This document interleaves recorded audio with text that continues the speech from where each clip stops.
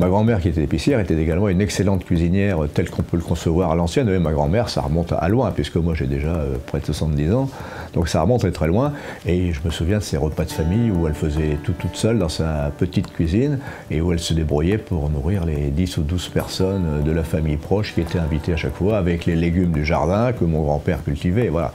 C'est tout ça qui a baigné mon enfance en matière d'alimentation.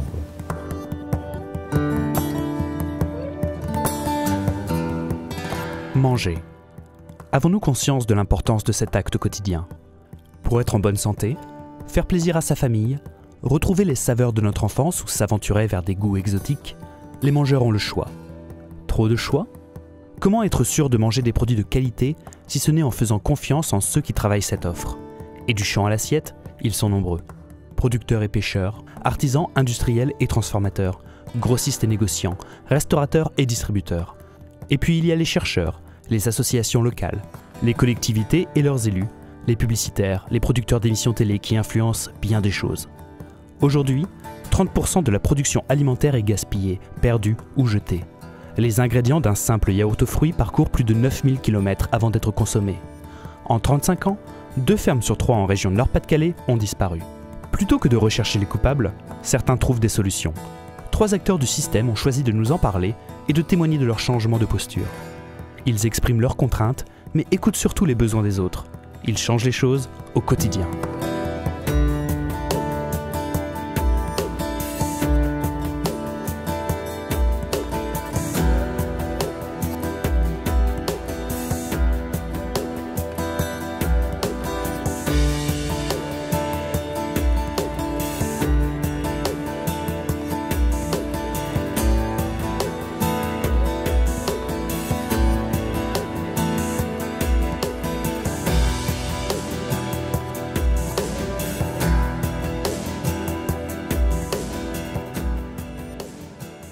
Aujourd'hui, je prends un exemple très précis en tête, je ne vais pas personnaliser, mais d'un producteur de porc qui n'a jamais trouvé sur le territoire les charcutiers et les bouchers pour acheter ses porcs, alors qu'il les élève avec ses produits locaux, etc., des produits de grande qualité. Ce qui fait qu'à un moment donné, il a dit, bon, écoutez, moi j'en ai marre de devoir aller vendre mes porcs dans les filières longues alors qu'ils me coûtent une fortune, je vais transformer moi-même. Et lui-même est devenu transformateur, charcutier, et vendeur de ses propres produits. Alors que si on arrivait à créer ces filières internes sur un territoire, effectivement, on dynamiserait les différents producteurs, mais aussi les différents transformateurs et commerçants du territoire, et ça éviterait les déplacements inutiles de tous ces produits qui font quelquefois des centaines de kilomètres avant de revenir transformés sur notre territoire pour être consommés.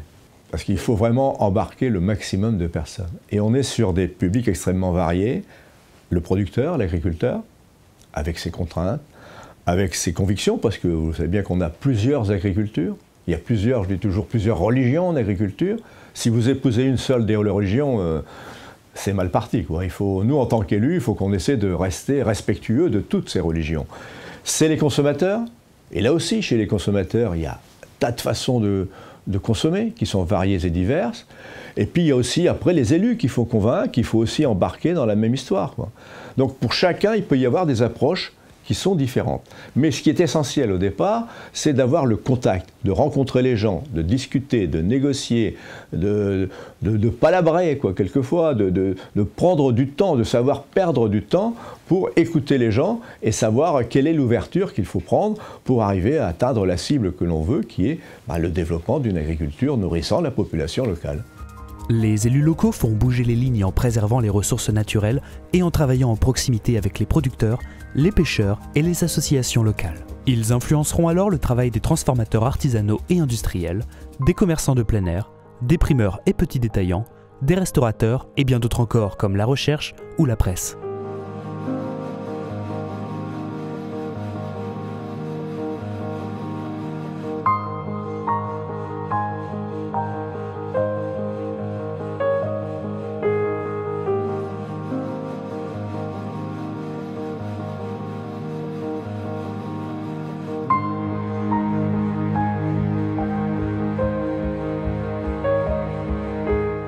On a comme projet de pouvoir faire renaître un certain nombre de variétés anciennes typiquement locales, qui ont disparu parce qu'elles ne correspondaient pas elles répondaient pas à l'ensemble des contraintes économiques actuelles.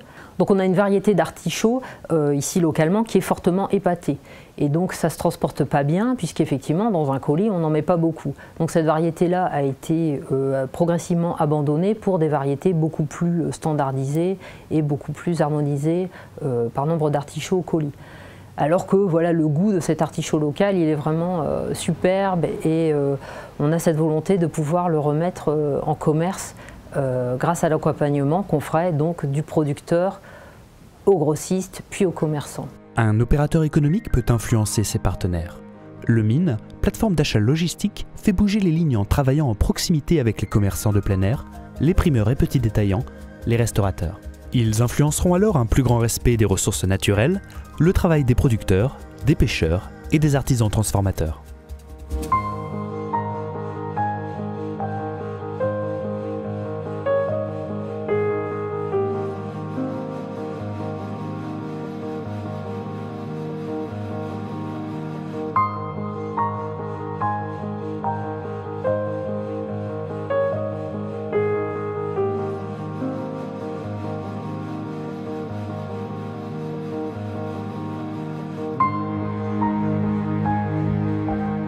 Donc voilà, nous, ce qu'on cherche à faire vivre aux mangeurs, c'est que quand ils mangent, ça soit une expérience très riche, qu'ils soient attentifs à l'expérience sensorielle pour avoir du plaisir, du bien-être, mais aussi qu'ils soient attentifs au sens qu'ils mettent dans le repas, dans leurs achats alimentaires, dans la façon de préparer les aliments et de les partager.